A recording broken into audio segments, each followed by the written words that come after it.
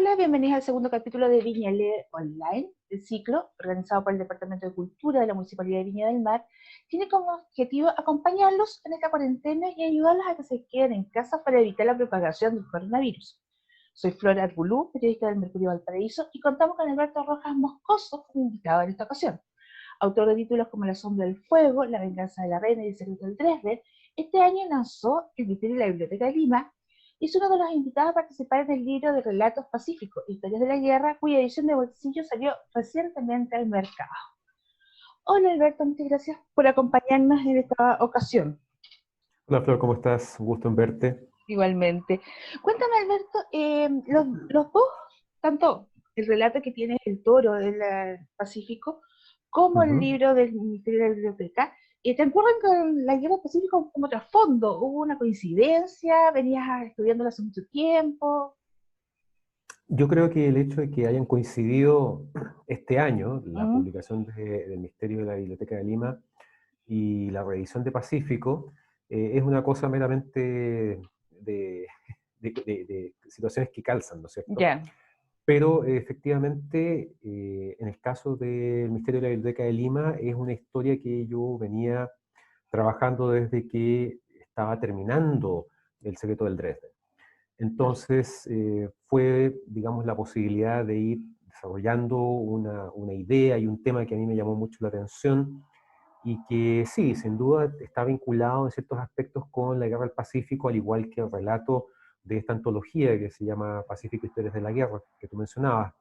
Y en gran medida se debe a que en el fondo es uno de los grandes temas de nuestra historia. Mm. Como todo conflicto, una situación trágica, dramática, pero que vinculó históricamente a tres países automáticamente, como fue el caso de Chile, Perú y Bolivia. Me parece que es un episodio en el cual en general la gente conoce los datos más duros, protagonistas, fechas, batallas, etc. Pero hay muchas historias que no son parte, por ejemplo, de la enseñanza escolar Ujú. y que se han ido perdiendo en el tiempo. Hay historias que incluso para muchos pueden resultar desconocidas. Y tengo la impresión de que es una verdadera cantera de la cual se pueden seguir rescatando episodios, figuras, ya sea para el ámbito de la ficción o la no ficción. Claro. Y en esto calza también este cuento El Toro, que es la reflotación de un barco.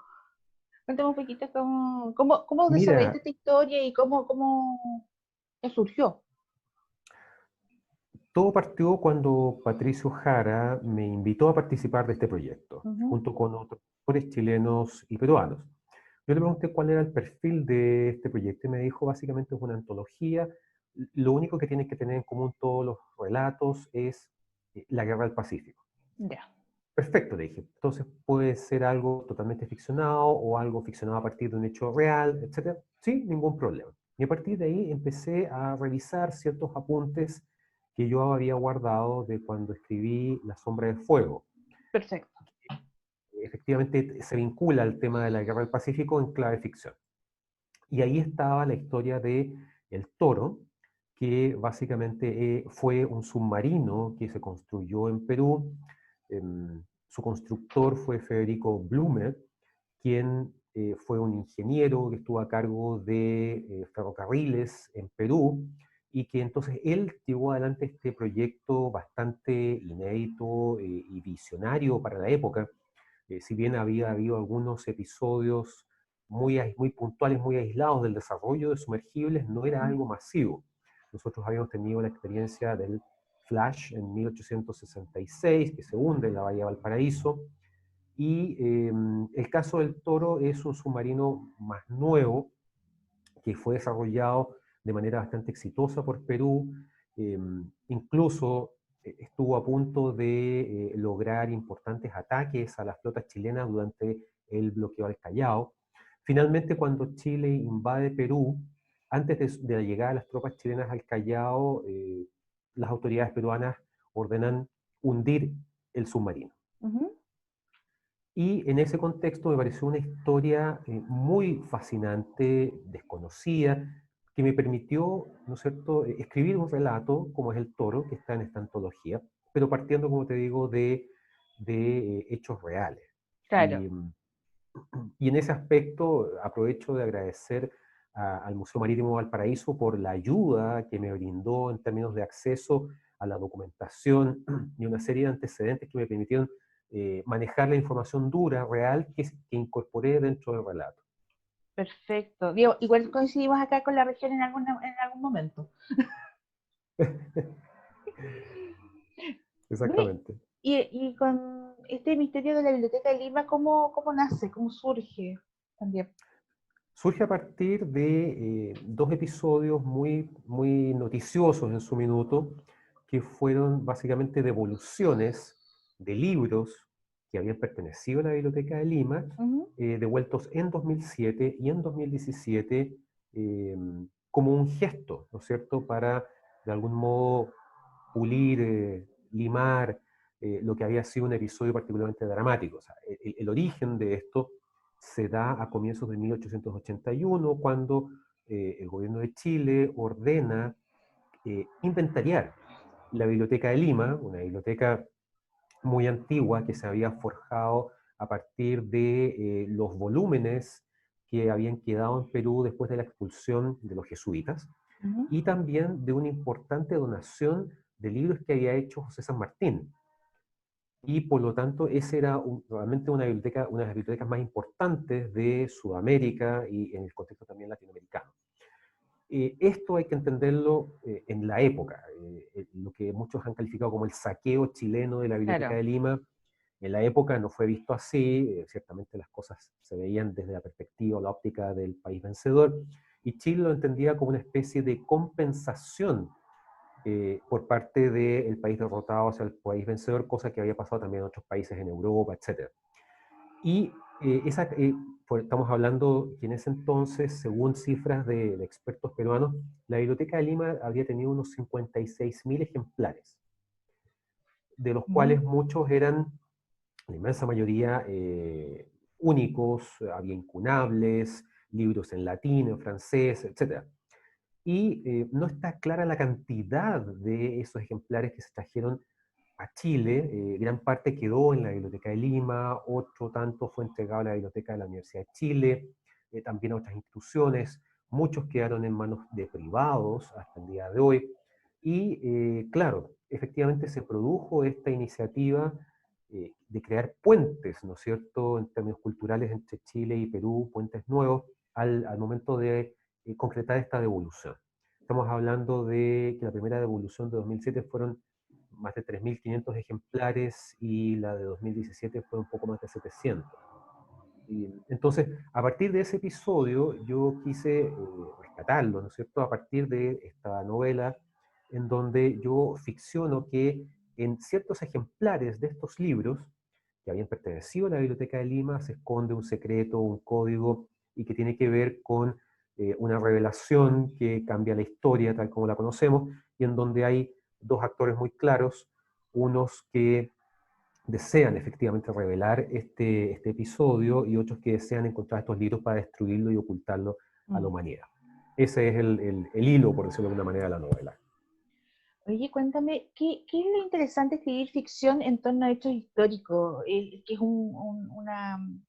como una clave de lo que encontramos en tu literatura. Mira, me parece que en lo personal escribo porque me gusta, ¿te fijas? Y sin duda que este género, por decirlo de alguna manera, de la novela histórica, ya sea ambientada en el pasado o con un componente histórico en formato thriller, me parece que es una manera de explorar ciertos episodios, personajes, etcétera, momentos de la historia desde la ficción. Y que permite además, a partir de hechos puntuales, crear una historia, una novela, ¿no es cierto?, Ujú. en donde el lector no tenga muy claro dónde comienza la realidad y dónde la ficción. Ese es un poco el juego en Ujú. términos literarios. Pero lo cierto es que me parece que ese tipo de género ha ido cobrando mucha fuerza en los últimos años. eh, Somos varios los autores que hemos explorado ese género, y lo que más me impresiona y agradezco es la recepción del público. A la Ujú. gente le ha ido gustando esto de leer novelas que tienen elementos históricos a través de los cuales muchas veces conocen aspectos que desconocían hasta ese minuto y que les han servido como motivación para buscar otras lecturas, para investigar por su cuenta, etcétera, ese tipo de cosas. ¿Y te ha pasado con estos libros que estábamos hablando de que la gente vaya investigando o te pregunte dónde encontraste ese dato? ¿Has tenido ese feedback dentro de lo posible en esta cuarentena? Sí, efectivamente, tanto con el secreto del Dresden como con el misterio de la Biblioteca de Lima, las redes sociales han sido un puente muy efectivo entre autores y lectores. Y a mí me han escrito diferentes lectores, personas interesadas por estos temas, preguntando detalles, a veces entregándome algún antecedente Mm, que yo conocía o desconocía. En el caso del secreto del Dresden, me contactaron muchas personas que eran descendientes de los tripulantes alemanes de este barco perfecto. hundido en Juan Fernández en 1915 y que se quedaban aquí, contándome anécdotas, mandándome fotos de objetos que habían pertenecido al barco, etc. También, extrañamente, o sorprendentemente, me han escrito desde Perú preguntándome por esta novela y básicamente qué antecedentes tengo Ya. y un poco más acerca de la historia. Ahora, vale la pena mencionar y también agradecer digamos, a la Biblioteca Nacional del Perú que, digamos, me recibió en su minuto cuando hice un viaje a Lima, precisamente para investigar más sobre este Claro. episodio y que me permitió el acceso a varios de los libros que Chile devolvió en su minuto y que son piezas únicas, están custodiadas en condiciones de temperatura, humedad, seguridad muy especiales, Mm, porque son invaluables. claro. Y claro, conocerlos, verlos, ayudó muchísimo a darle los toques de realismo que yo necesitaba para esta novela. ¿Te gusta hacer la investigación más allá de los libros, de los archivos, ir a los lugares o dentro de lo posible ir a los lugares donde ocurrieron los hechos? ¿Cómo se configura tu investigación para hacer un libro? Yo creo que ahí es un trabajo entre el periodista y el escritor.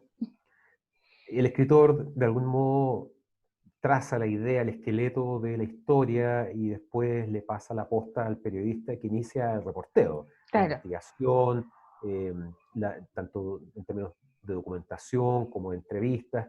Y sí, yo creo que efectivamente visitar los lugares en donde se desarrolla la acción o que fueron protagónicos en ese momento es muy importante.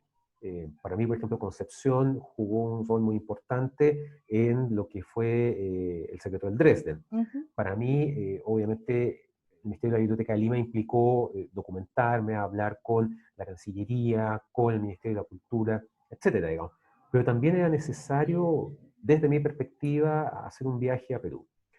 Y efectivamente tuve la oportunidad de recorrer Lima, de tener varias entrevistas con especialistas y expertos en ese tema, y también, como te digo, de tener acceso a los volúmenes originales, o a una parte de ellos, que habían sido devueltos por Chile.